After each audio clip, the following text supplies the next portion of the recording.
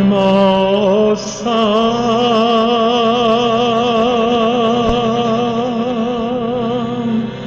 jednu dragu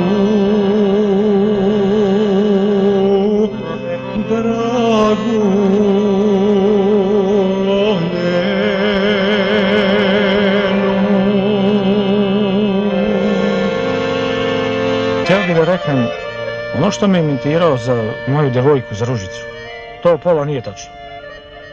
Jest da sam se ja viđao sa Ružicom Stanišickom pre nego što ona otišla u Njemačku, to jes. Jest da ona voljela da igra sa mnom u kola, ali to je zato što sam ja bio taki igrač. Kad ja burazire za igram, to ti kad si mi pustio slance, čini mi se da letim kroz vazduh. Ja kad sam se vratio iz JNA, bio sam strašno na cene u kraju. Mogao sam da uzem koju hoćeš djevojku, ali nisam teo da se ženim dok ne napravim kuću i tako dan po dan do danas. Doduše, dovodio sam je jednu, bila mi u kući 11 dana. Išao sam ja tako po neko večer tu u jedno selo Grabovac na tombolu. Tidem malo izbockam po jedno 7-8 listića, ubijem po jedno 2-3 piva i tako, lepo mi. Nisam dobivao baš neke premije, ali dešavalo se da ja ubodem po nešto. U stvari, bre, tu premiju nisi mogao nikako ni da dobiješ. To bi dečaci iz kulturno-umetičkog društva namontirao nekako, oni to pokupe i posle tamo dele, sigurno. Ali jedno veče, otišao sam ja, beš ovako jesen, udarile već slane, a ja prodao sam grožđe prilično dobro, imao sam lepe parice.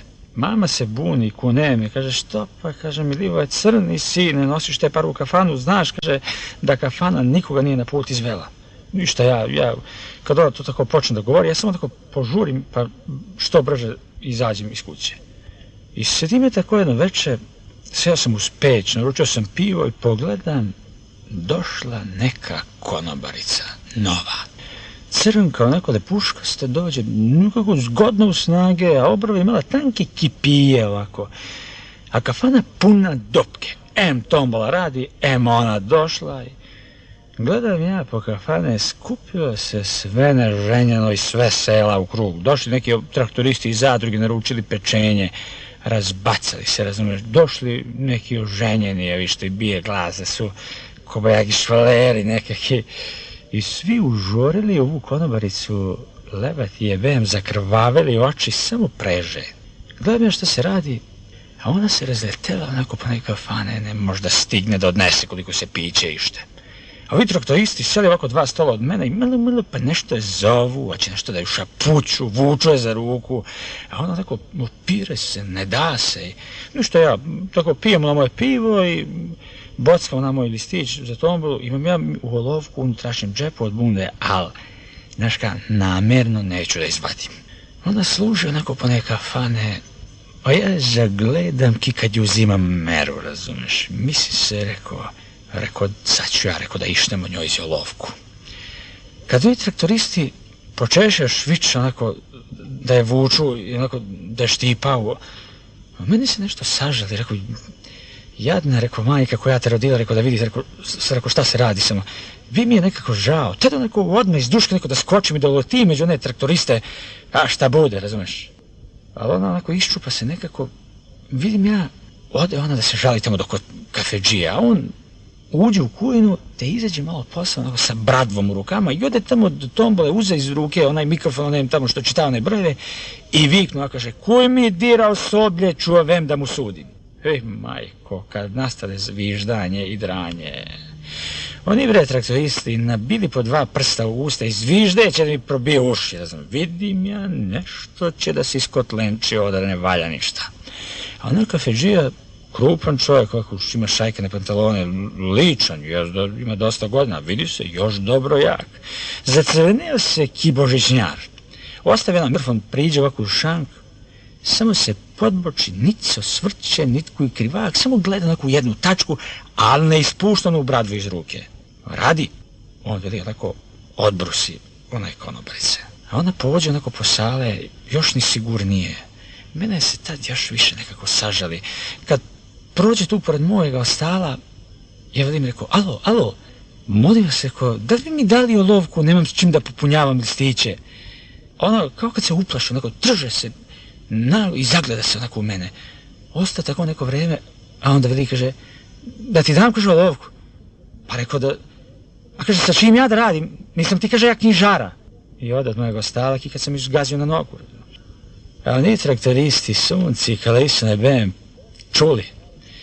Počeše se cevarek i blesavi, razumiješ, i skidaše se osmeja, mene je došlo propadnem, kako ne vina s pločice dole, razumije, a oni si cepaš osmeja, rekao, šta se cevarite, neki deca na poporu, šta vi je? Kad oni vele, kaže, šta će, kaže, tebe olovka, ti umeš, kaže, da pišeš. Ti, kaže, umeš da pišeš s budakem, tebe ne treba olovka. I ubiše se osmeja. A ja, rekao, mislite, vi ako ste traktoristi, da možete se bavite kako vi hoćete. I skočim ja, rekao, skočio sam, nisam ja teo, mislim da, rekao, tek da ih zaplašim, ali kad oni ripiš onako na mene, te se povata smo. Znam, mislim samo da sam ovako kao jednoga, da sam ga ljuljnuo u vilicu, nije petorica, ja sam, oni me skoleli, znaš kako je, i tako, posle sam išao gore, te me snimali na rengele u čaršije, prslo mi jedno rebro i bio sam nedelju dana plavki i grlica. Mama mi mećala mlad kajmak i crni luka, te do duše brzo mi prošlo. I tad sam se prvi put u mojem veku zavadio s dedom. I to mi najžalije. Posle nedelju dana od te bitke, idem ja opet u kafanu tamo. Molila me mama, molila, plakala i ja nisam teo da je poslušam. Ona me moli, a ja znam da bitka više ne može da bude. Oni traktoristi siguran sam da više neće da nasrnu. Izgazili me dobro i znao sam će budu mirni. Jedino ako ne leti ona što sam ga pogodio u vilicu. Za njega sam znao da ne može da je leba 3 meseca. Tek kad sam ga gadno poučio, razumiješ, ali nisam se plašio nikoga, bre. Imao sam ja drugi cilj. Druga varijanta sad bila. Zapamtio sam ja više od bitke, ono vrckanje po kafane, one njojzine grudi, kidunci, onako što će da pokidu dugmiće na košulje.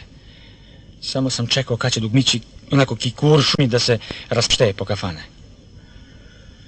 Ušao sam ja u kafanu i vidim ono mesto uz peć tamo prazno. Uđem ja onako brzo, pogledam, nema ove traktorista, rekao, dobro je.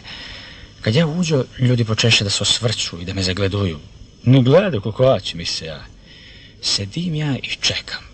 Pogledam po sale, vidim, nema niki da služi, misle, da li je otišla, da li nije. Kad ona iz kujne izađe, u obadve ruke drži onako tanjire sa pečenjem. Kad me ugleda, zastade. Gledam i ja, ma da li je ovo ona ili nije? Bila je crna, a sad plava. Rekao, šta je ovo sunce ti kalisu nebe? Ma da li jeste? Kad se pre ofarba misle, a ma ona je bre, samo što sad plava.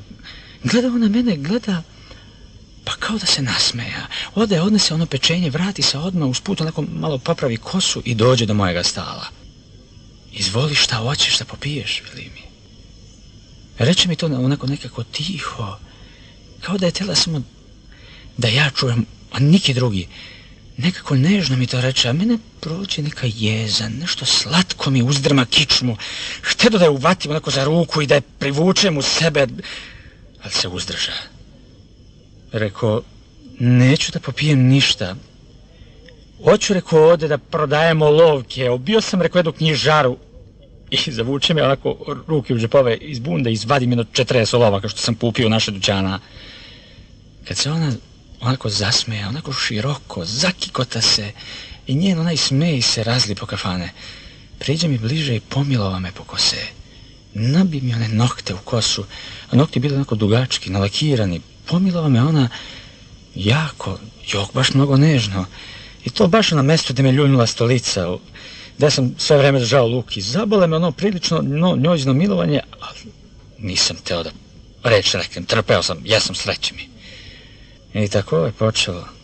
Posle bilo šta bilo, doveo sam ja kući i kažem, tad sam se prvi put zamerio dede. Bio on mnogo protivan, nikako mu se nije dopadalo to što ona ofarbana. Veli, kaže, istina bre, kaže, kaka ti, kaže, ovo guljara, bela, kaže, ki ovca. Šta pa, kaže, dovede, kaže, ovo u nesreću, da ti čudi narod. A ma rekao, deda bre, ova crna. Ona rekao, to sad bela, rekao, inače ona je rekao crna bre. Kad on veli, ti mene, kaže, dučiš. Nemam ja 7 godina, nego 70, kaže, znam ja šta je crno, šta je belo, nisam ja blesav, kaže. A i mama se ljutila, nije volela. Tu noć kad se me doveo, ja se malo zagreo i došli mi posle fajronta, ona ustala. Ja je velim, rekao, mamo, budi, rekao, sretnja, veti, rekao, snajka, razmesti ni u gostinsku sobu. A mama gleda onako, zagleda, pa veli, kaže, sine Milivoje, nek bude kako ti je veliš, kaže, nek bude kad je sudbina taka. Vidio sam ja odmah kakva je situacija. Za tih 11 dana koliko je bila kod mene beba, tako se zvala, rodom bila gori iz Novoga Pazara, imala 3 razreda medicinske. Za te 11 dana mama leba nije okušala. Rekao, što pa, rekao, mamo ne ješ, rekao, šta? Ne mogu, kaže, jela sam, jete vi, veli ona. A deda mi veli, kaka ti je, bre, kaže, to medicinska sestra što radi u kafane, šta ti je to? Pa rekao, deda, rekao, nema, rekao, posao, bre, vlada nezaposlenost, rekao, posao je posao, rekao, kakve veze ima da je radi. Važno, rekao, da imamo platežnika u kuće, velim ja. Kad on kaže, pišam se, kaže, na takoga platežnika. A i tu sam mu zamerio. Što mora to da kaže? To baš pred njom.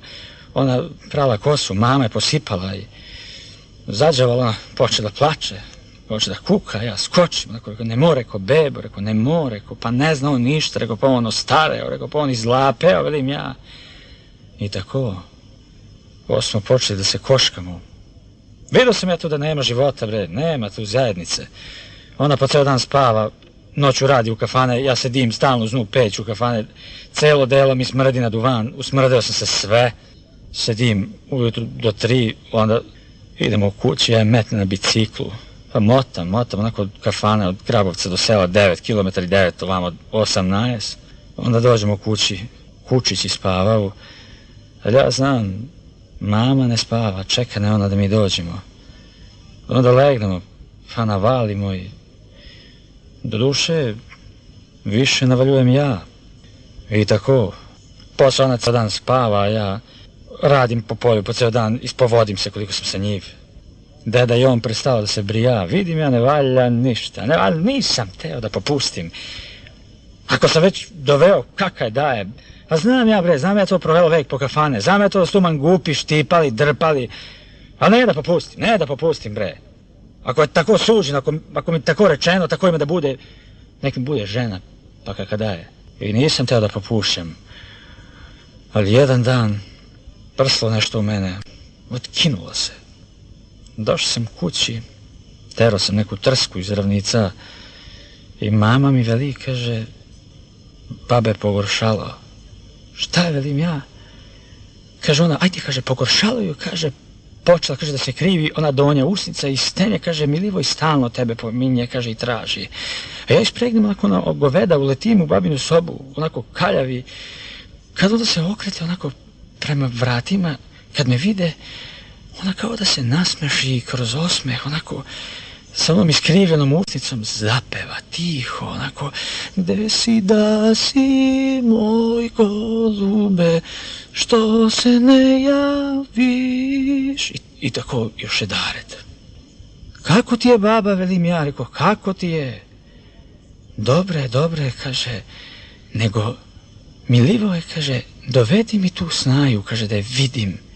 Tela bi, kaže, da je vidim, to nisam. To bi, rekao, tela, Milivoje. Ma dobro, baba, rekao, velim ja, ali izletim ja iz sobe i otidem u kućnu da potražim bebu. Kad ono neko sedi na krevetu, zapalja cigaru i lakira nokte, rekao, ajde, odmah, babe, rekao, nije dobro, hoće baba da ti vidi, nije dobro. Kad ona onako podiže, onako, usnicu, namošti se malo, pa vidi, kaže, pa šta ću, kaže, ja tamo? Pa ja, kaže, nisam, kaže, ja učila da negujem šlogirane, ja sam učila s laboranta, veli, a ma rekao, bre, ne traži, rekao, na tebe da ti nju neguješ, rekao, ona te zove, rekao, onako, hoće te vidi, rekao, i ona jedva pođe, rekao, ugasi tu cigaru, rekao, pa kaže, ne, pa tek sad sam upalila, a ma rekao, gasi je, rekao, posle upali drugu, bre. I uđemo mi u sobu. Baba se onako malo pridigla u krevetu, mama stoji pored njojzinog jastuka, a mene srce hoće da izleti iz grudi. Reko baba, eveje, reko beba, eveje. Taj trenutak ne umem da vi opišem.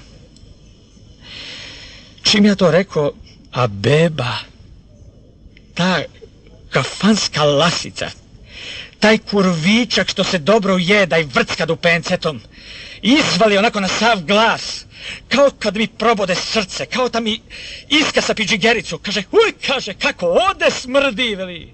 Mama onako odmah zaplaka, baba se huknu onako i stropošta se u postelju, a ja urliknem, uvatim je za kosu, onako u stvari prvo za kosu pa onda za uši, uvatim je pa je podignem onako u vis, podignem od zemlje, rekao šta smrdi, rekao sunce ti repebem, kada isano, šta rekao smrdi krvavu ti majko, rekao bem, go rekao šta smrdi, rekao ti smrdiš, rekao majku ti jebem ološku.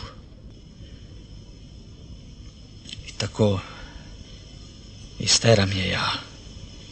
Kad je pokupila one svoje stvari, nabila ono koferče, ja sam seo na basamak, zapalio sam duvan i pušim.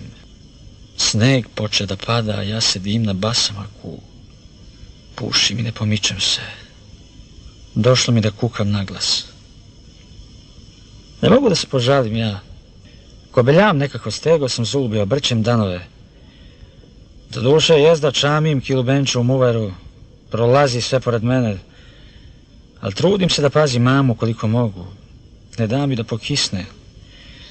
Gleda me ki malo vode na dlanu, ne da mi ništa teško da zapinje, ne da mi da radi. A baba, šta da vi kažem, probudi me često po noći, ono njojzino jaukanje, jauče, moli Boga da je uzme, a on neće, ne može više da leži u krevetu. Jauče tako i pominje dedu, zove ga da dođe po nju. A deda...